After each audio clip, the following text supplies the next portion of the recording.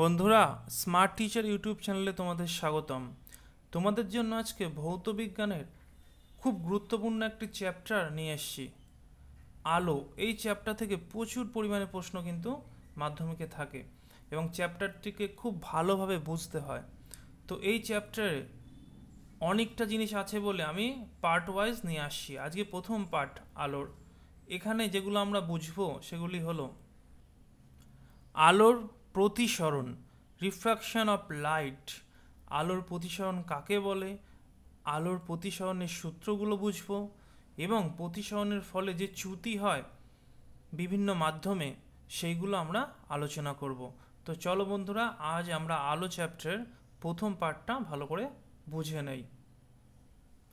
আলোকরশ্মি যখন কোনো একটা মাধ্যম, যেমন প্রথম মাধ্যম থেকে আর একটা মাধ্যম অর্থাৎ দ্বিতীয় মাধ্যমে, এই যে ভিন্ন ঘনত্বের মাধ্যম, এই মাধ্যমের ওপর যদি তির্যকভাবে আপতিত হয়, তাহলে এই যে দুটো মাধ্যম, এই দুই মাধ্যমের বিভেদ তল থেকে কিন্তু আলোকরশ্মির গতির একটা পরিবর্তন হয়, অর্থাৎ গতির অভিমুখের একটা পরিবর্তন হয়। এই যে পরিবর্তন, এই ঘটনাটাকেই বলা হয় আলোর প্রতিসরণ।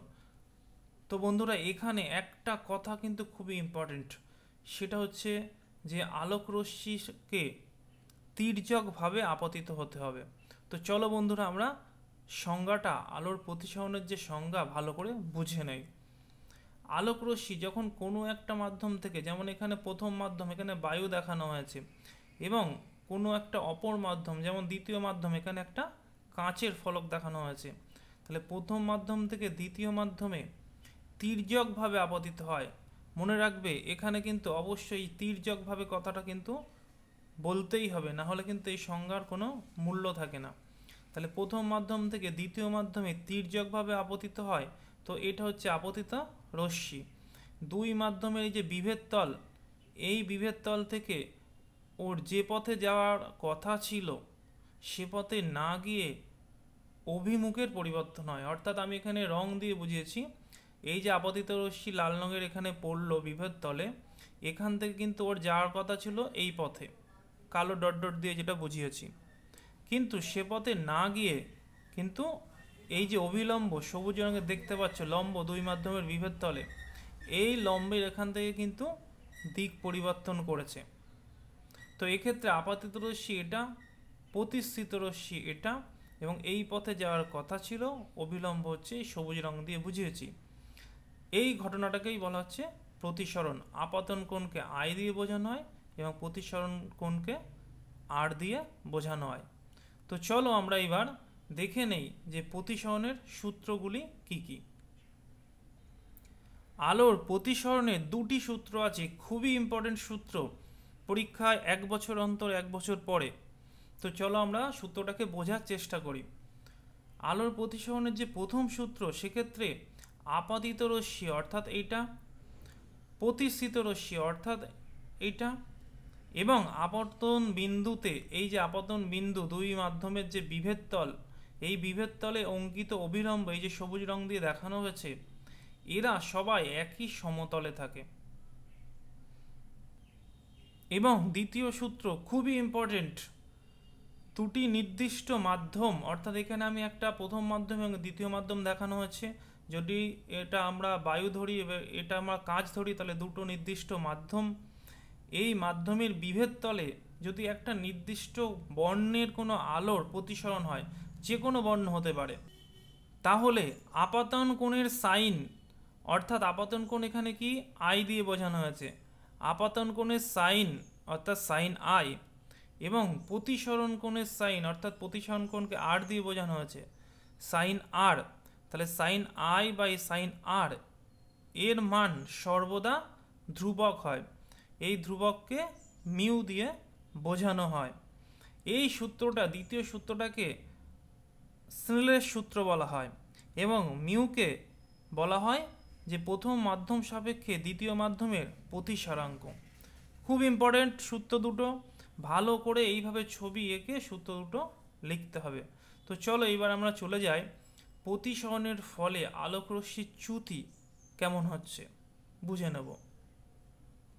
আমরা জানি যে একটা নির্দিষ্ট মাধ্যম হলে আলোক রশ্মি কিন্তু সরলরেখায় চলে, কিন্তু যদি দুটো নির্দিষ্ট মাধ্যম হয়ে যায় তখন কিন্তু আলোক রশ্মির এই যে অভিমুখের পরিবর্তন ঘটে। এই যে পরিবর্তন ঘটা এটাকেই বলা হয় আলোক রশ্মির চ্যুতি, এবং প্রতিসরণের ফলে কিন্তু এই পরিবর্তনটা হয়। তো এক্ষেত্রে কিন্তু দুটো ঘটনা ঘটতে পারে। আলোক রশ্মি কোন মাধ্যম থেকে এসে কোন মাধ্যমে পড়ছে তার উপর নির্ভর করে কিন্তু প্রতিসরণের জন্য চ্যুতি দুটো ঘটনা হতে পারে। প্রথম ঘটনা, যদি লঘু মাধ্যম থেকে ঘন মাধ্যমে এসে আলোক রশ্মি পড়ে। লঘু মাধ্যম থেকে এই যে আলোক রশ্মি পড়েছে ঘন মাধ্যমে অর্থাৎ বায়ু থেকে যদি কাঁচে পড়ে, সেক্ষেত্রে কিন্তু যে পথে যাওয়ার কথা ছিল সে পথে না গিয়ে কিন্তু এই যে লাল রং দিয়ে দেখিয়েছে এই পথে গিয়েছে। তাহলে এক্ষেত্রে আপাতন কোণ আই, প্রতিসরণ কোণ কিন্তু আর। তোমরা ছবিতে দেখতে পাচ্ছ আপাতন কোণ আই এবং প্রতিসরণ কোণ আর, এর মধ্যে কে বড়? নিশ্চয়ই বুঝতে পারছ আই, কারণ এই রশ্মিটি এই পথে যেত তাহলে কিন্তু সেখানে না গিয়েছে অবিলম্বের কাছে সরে এসছে, অর্থাৎ প্রতিসরণ কোণ কিন্তু কমে গিয়েছে। তাহলে চ্যুতি বলতে বোঝায় যে পথে যাওয়ার কথা ছিল এবং যে পথে গিয়েছে তার মধ্যবর্তী কোণ। এটাকে আমি নীল রং দিয়ে বুঝিয়েছি, একে ডেল্টা বলা হয়। তাহলে ডেল্টা বা চ্যুতি কোণ যদি লঘু থেকে ঘন মাধ্যমে আলো পড়ে সেক্ষেত্রে হবে আই মানে আপাতন কোণ মাইনাস আর মানে প্রতিসরণ কোণ। এইটুকু অংশকে কিন্তু চ্যুতি বলা হচ্ছে। তাহলে এটি ছিল লঘু মাধ্যমের ক্ষেত্রে, লঘু থেকে ঘনের ক্ষেত্রে। এবার আমরা উল্টোটা দেখব কি হয়। বিভিন্ন আলোকীয় মাধ্যমে আলোর গতিবেগ বিভিন্ন হওয়ার জন্যই কিন্তু প্রতিসরণ হয়। যেমন বন্ধুরা, শূন্য স্থানে আলোর গতিবেগ 3 × 10⁸ মিটার/সেকেন্ড, কিন্তু জলে আলোর গতিবেগ কিন্তু 2 × 25 × 10⁸ মিটার/সেকেন্ড। আবার কাঁচের ভিতরে গতিবেগ কিন্তু 2 × 10⁸ মিটার/সেকেন্ড। এবার দেখো বন্ধুরা, আলোক রশ্মি ঘন মাধ্যম থেকে লঘু মাধ্যমে যদি আপতিত হয় তির্যকভাবে, সেক্ষেত্রে প্রতিসৃত রশ্মি কিন্তু অবিলম্বের থেকে দূরে সরে যাবে। তাহলে এখানে আপতন কোণ হচ্ছে আই এবং প্রতিসরণ কোণ হচ্ছে আর। তোমরা ছবিতে নিশ্চয়ই দেখতে পাচ্ছ যে প্রতিসরণ কোণটা কিন্তু অনেক বড় এবং আপতন কোণটা কিন্তু ছোট। তাহলে এক্ষেত্রে চ্যুতি কি হবে? এই যে লাল রেখাটা যাওয়ার কথা ছিল এই কালো রেখা বরাবর ডট ডট দিয়ে আমি দেখিয়েছি, কিন্তু সেই সোজা না গিয়ে অবিলম্ব, এই যে অবিলম্ব সবুজ রঙে দেখানো আছে, এর থেকে আরও দূরে সরে গিয়েছে, অর্থাৎ এই বরাবর গিয়েছে। তাহলে যাওয়ার কথা ছিল যে সোজা অর্থাৎ এই কালো ডট ডট বরাবর, এবং গিয়েছে যে সোজা অর্থাৎ এই লাল রঙের রেখাটি, এর মধ্যবর্তী কোণ হচ্ছে চ্যুতি কোণ।